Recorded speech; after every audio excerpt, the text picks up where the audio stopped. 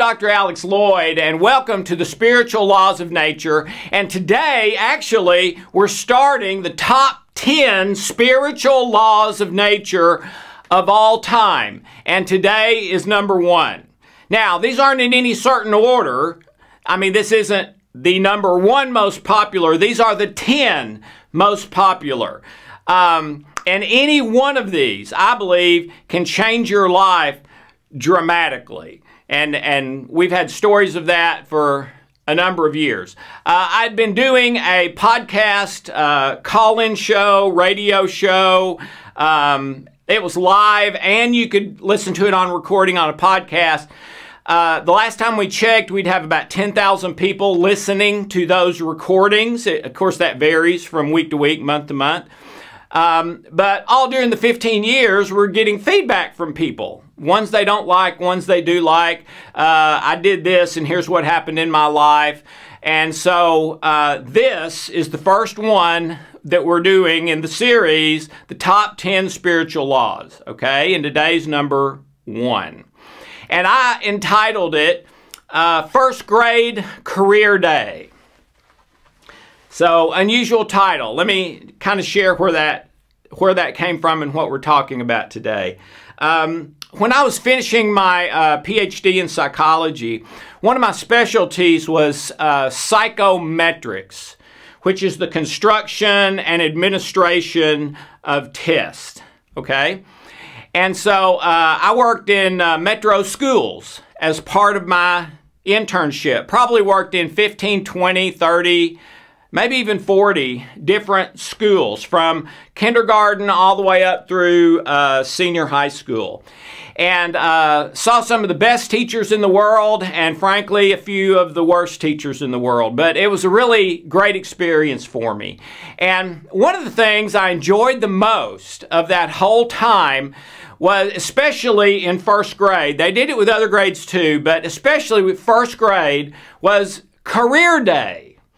And I take notes all the time. In fact, it's a joke in our family that, you know, just about everywhere we've ever been, at the Grand Canyon, at the Golden Gate Bridge, at the Statue of Liberty, at all these places, there's a pretty good chance at some point I said, oh, excuse me, I got to write something down, okay?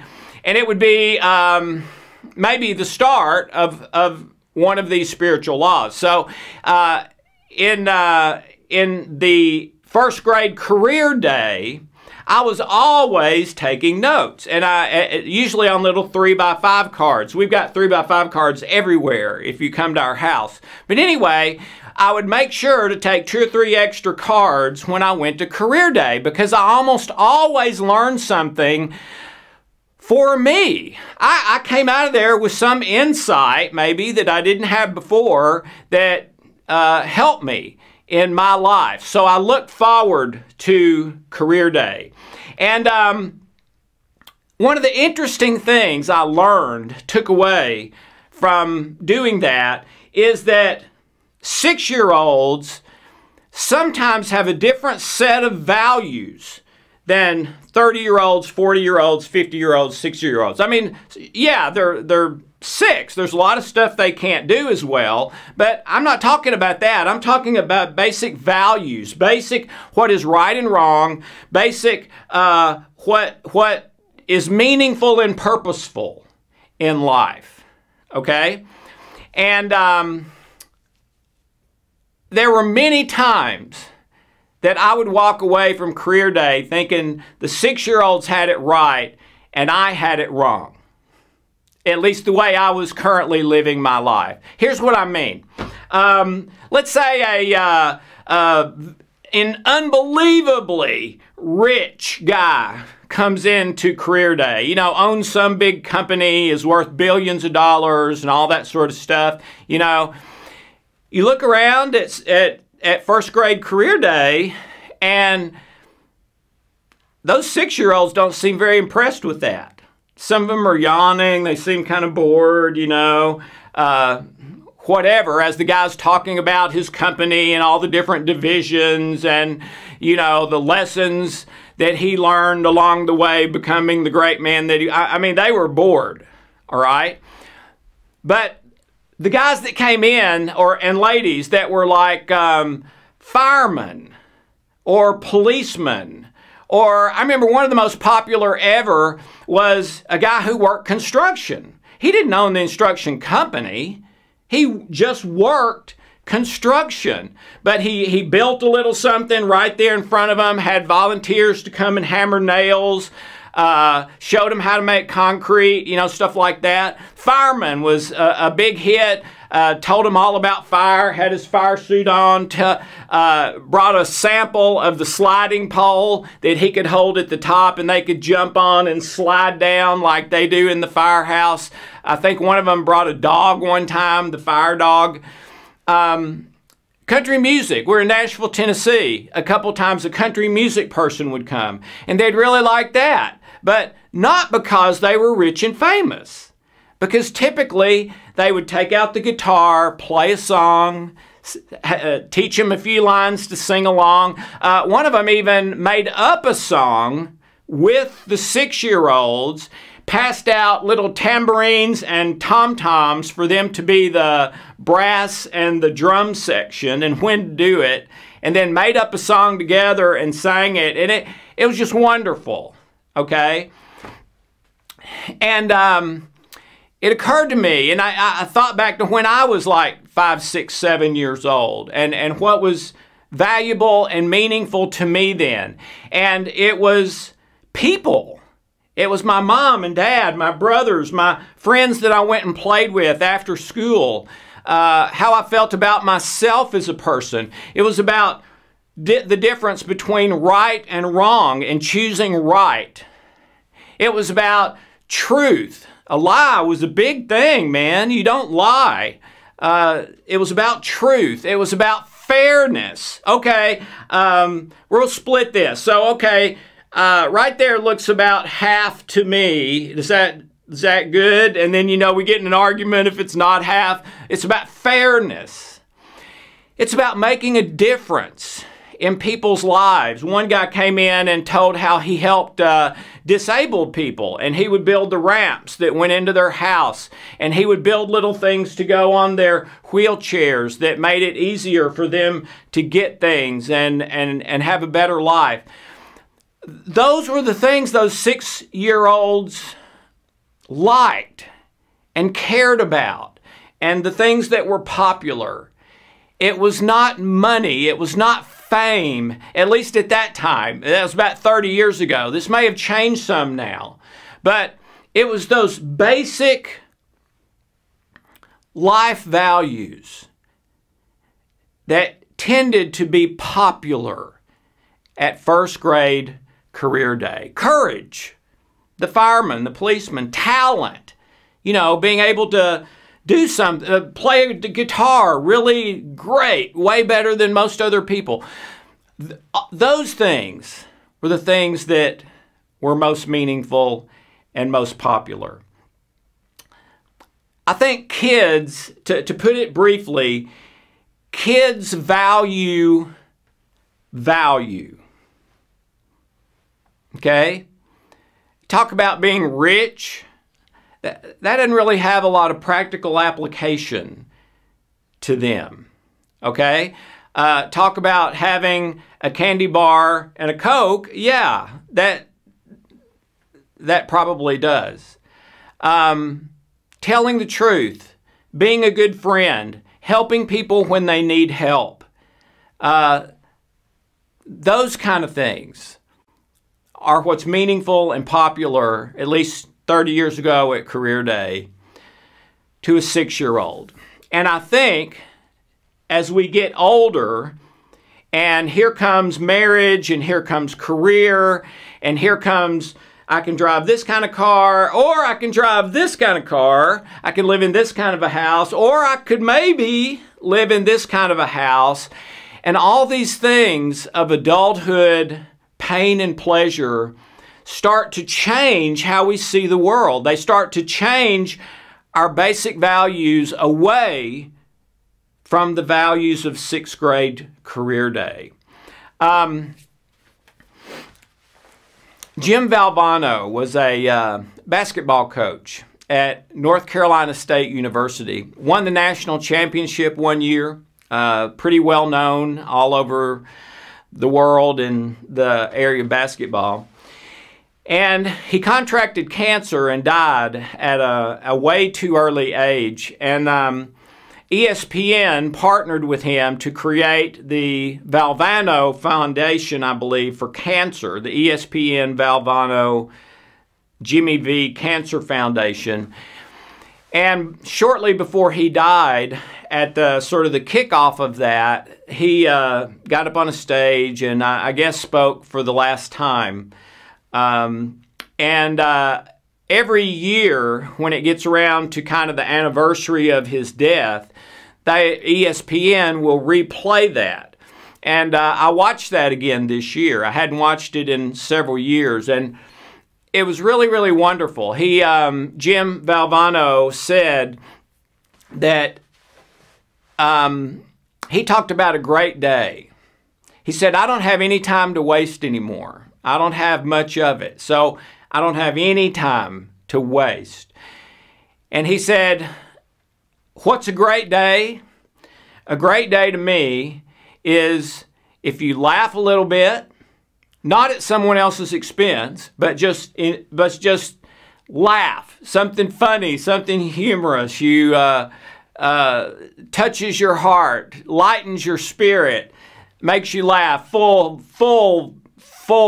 laugh. You know, not just a little squeak, chuckle, but a full laugh. Something that lightens you up to the point of laughter.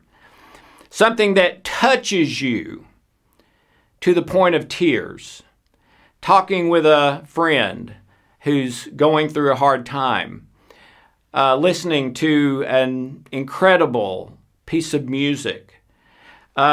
Reading something that is introspective and searches the heart.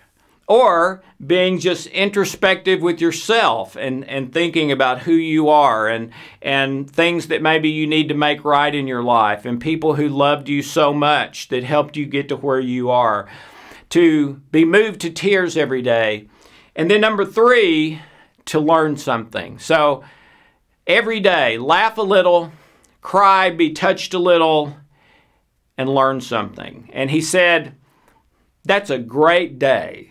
If you can do that today, if you can do that tomorrow, if you can do that every day, that's a great day. And you know, I would agree with him. And I think there's primarily 3 patches of quicksand that we tend to get stuck in that keeps us from living our first grade career day values and principles. What is true? What is done in love? What is courageous? What helps other people? Those kind of things. I think we get caught in 3 traps. The first one is unhealthy desires of the 5 senses. And this is the second category in the Healing Code and Trilogy system. But the first thing, unhealthy desires of the 5 senses. Sexual things, alcohol, smoking, drugs, 6 hours of television every night. Whatever a person uses to get away from the pain a little bit or get a little bit of pleasure, but not doing it in balance, doing it as an escape. Okay?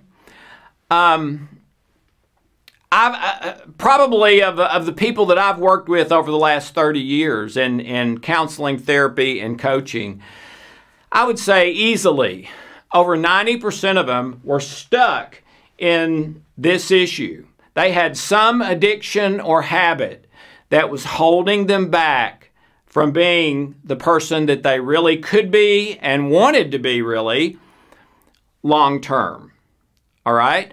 So, do you have any issue here? Are you stuck in this trap, or are you close to it? A habit or addiction of the 5 senses, which could be laying on the couch eating Twinkies all day.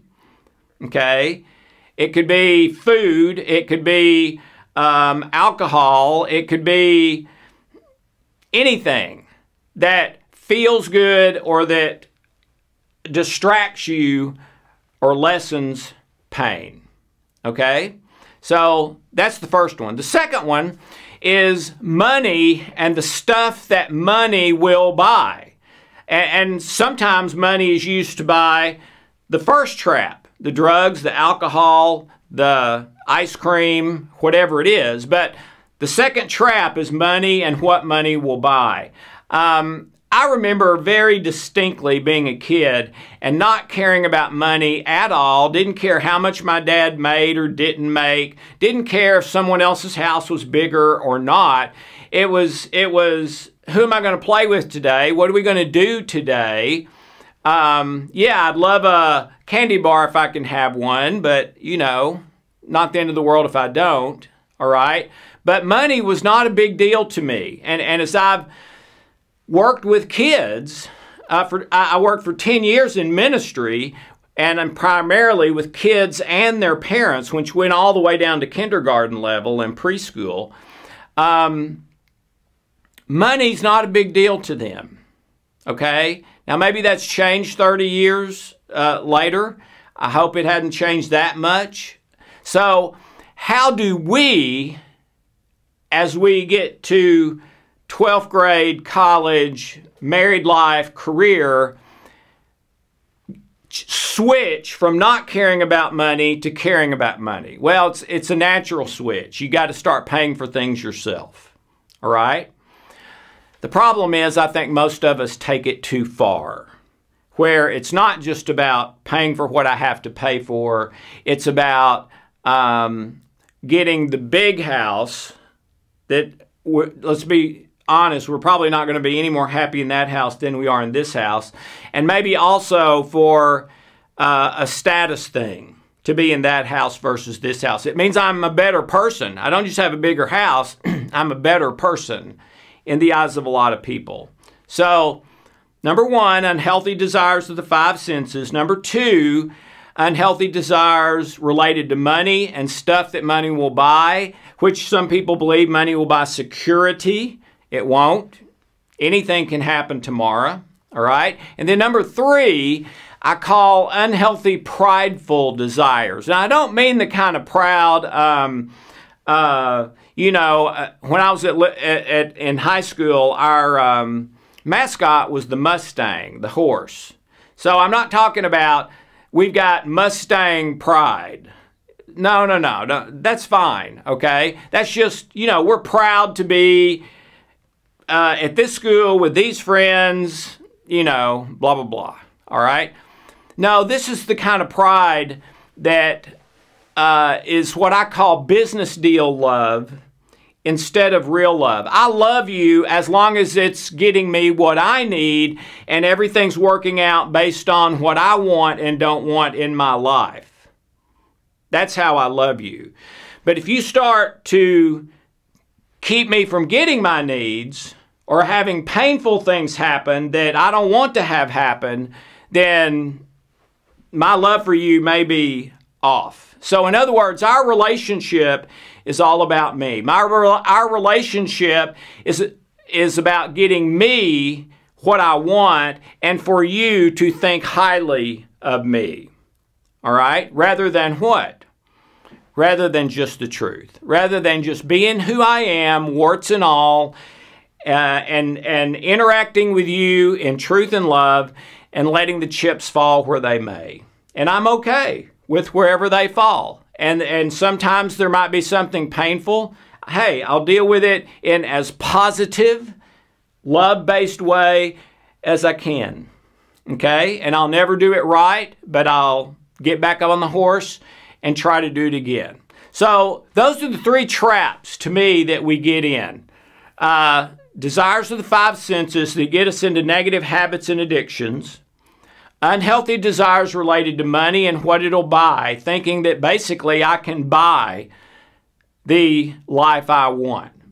The problem is what you really want most is not out here, it's in here. It's love, joy, and peace instead of unforgiveness, anger, anxiety, and depression. And you cannot buy that. Okay?